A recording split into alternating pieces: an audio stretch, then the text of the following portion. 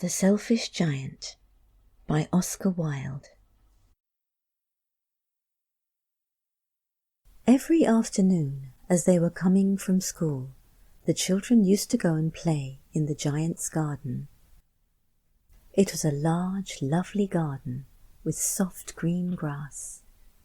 Here and there, over the grass, stood beautiful flowers like stars, and there were 12 peach trees that in the springtime broke out into delicate blossoms of pink and pearl, and in the autumn bore rich fruit. The birds sat on the trees and sang so sweetly that the children used to stop their games in order to listen to them. "How happy we are here," they cried to each other. One day the giant came back. He had been to visit his friend, the Cornish ogre, and had stayed with him for 7 years. After the 7 years were over, he had said all that he had to say, for his conversation was limited, and he determined to return to his own castle. When he arrived, he saw the children playing in the garden. "What are you doing here?" he cried in a very gruff voice, and the children ran away. "My own garden is my own garden," said the giant. "Anyone can understand that, and I will allow nobody to play in it but myself." So he built a high wall all around it and put up a notice board. "Trespassers will be prosecuted." He was a very selfish giant. The poor children had now nowhere to play. They tried to play on the road, but the road was very dusty and full of hard stones, and they did not like it. They used to wander round the high wall when their lessons were over, and talk about the beautiful garden inside. "How happy we were there," they said to each other. Then the spring came, and all over the country there were little blossoms and little birds. Only in the garden of the selfish giant it was still winter. The birds did not care to sing in it, as there were no children, and the trees forgot to blossom.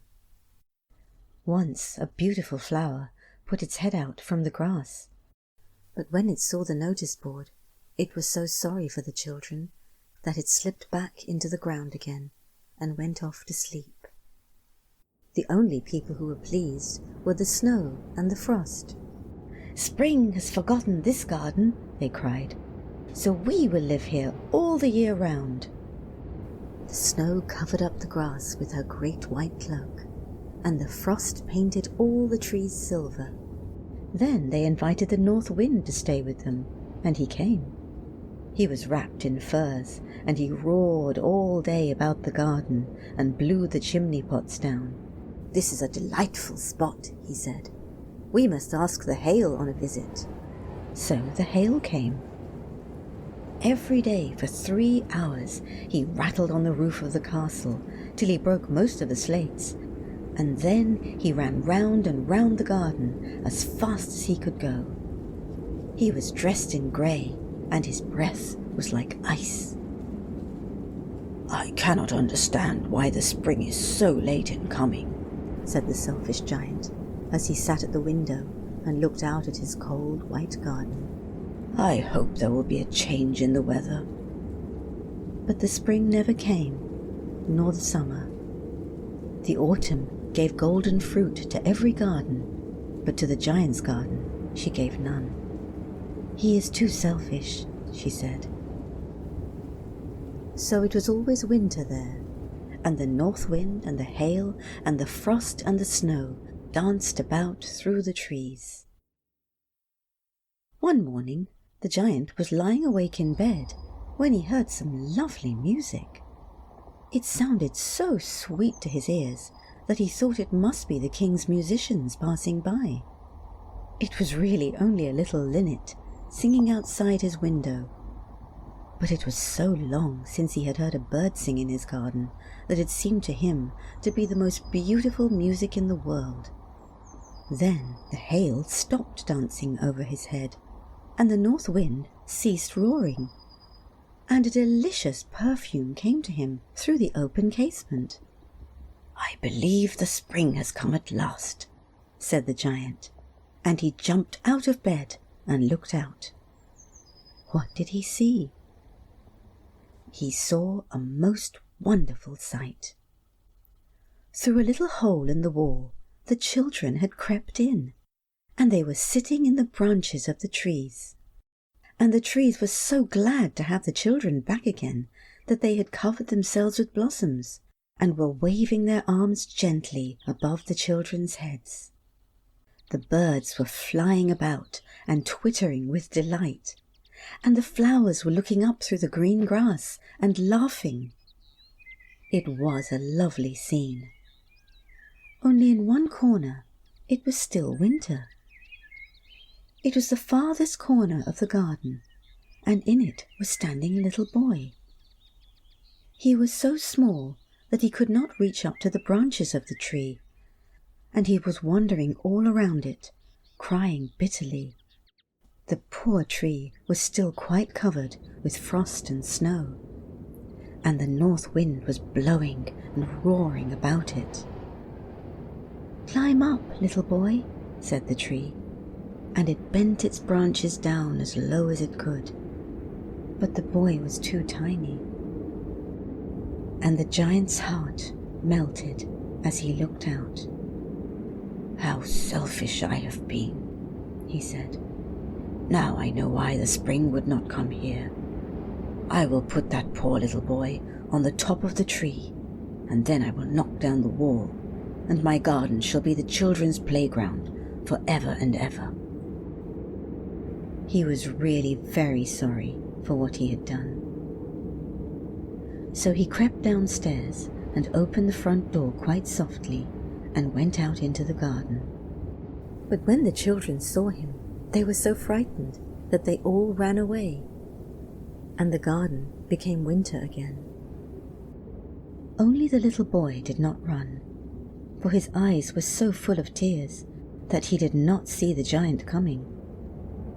And the giant stole up behind him and took him gently in his hand and put him up into the tree. And the tree broke out at once into blossom, and the birds came and sang on it, and the little boy stretched out his 2 arms and flung them round the giant's neck and kissed him. And the other children, when they saw that the giant was not wicked any longer, came running back, and with them came the spring. "It is your garden now, little children," said the giant, and he took a great axe and knocked down the wall. And when the people were going to market at 12 o'clock, they found the giant playing with the children in the most beautiful garden they had ever seen. All day long they played, and in the evening they came to the giant to bid him goodbye. "But where is your little companion?" he said. "The boy I put into the tree." The giant loved him the best because he had kissed him. "We don't know," answered the children. "He has gone away." "You must tell him to be sure and come here tomorrow," said the giant. But the children said they did not know where he lived and had never seen him before. And the giant felt very sad. Every afternoon, when school was over, the children came and played with the giant. But the little boy, whom the giant loved, was never seen again. The giant was very kind to all the children, yet he longed for his first little friend, and often spoke of him. "How I would like to see him," he used to say. Years went over, and the giant grew very old and feeble. He could not play about any more, so he sat in a huge armchair and watched the children at their games and admired his garden. "I have many beautiful flowers," he said, "but the children are the most beautiful flowers of all." One winter morning he looked out of his window as he was dressing. He did not hate the winter now, for he knew that it was merely the spring asleep, and that the flowers were resting. Suddenly he rubbed his eyes in wonder and looked and looked. It certainly was a marvellous sight. In the farthest corner of the garden was a tree quite covered with lovely white blossoms. Its branches were all golden, and silver fruit hung down from them, and underneath it stood the little boy he had loved. Downstairs ran the giant in great joy and out into the garden. He hastened across the grass and came near to the child. And when he came quite close, his face grew red with anger, and he said, "Who hath dared to wound thee?" For on the palms of the child's hands were the prints of 2 nails, and the prints of 2 nails were on the little feet. "Who hath dared to wound thee?" cried the giant. "Tell me, that I may take my sword and slay him." "Nay," answered the child, "but these are the wounds of love." "Who art thou?" said the giant. And a strange awe fell on him, and he knelt before the little child. And the child smiled on the giant and said to him, "You let me play once in your garden. Today you shall come with me to my garden, which is paradise." And when the children ran in that afternoon, they found the giant lying dead under the tree, all covered with white blossoms.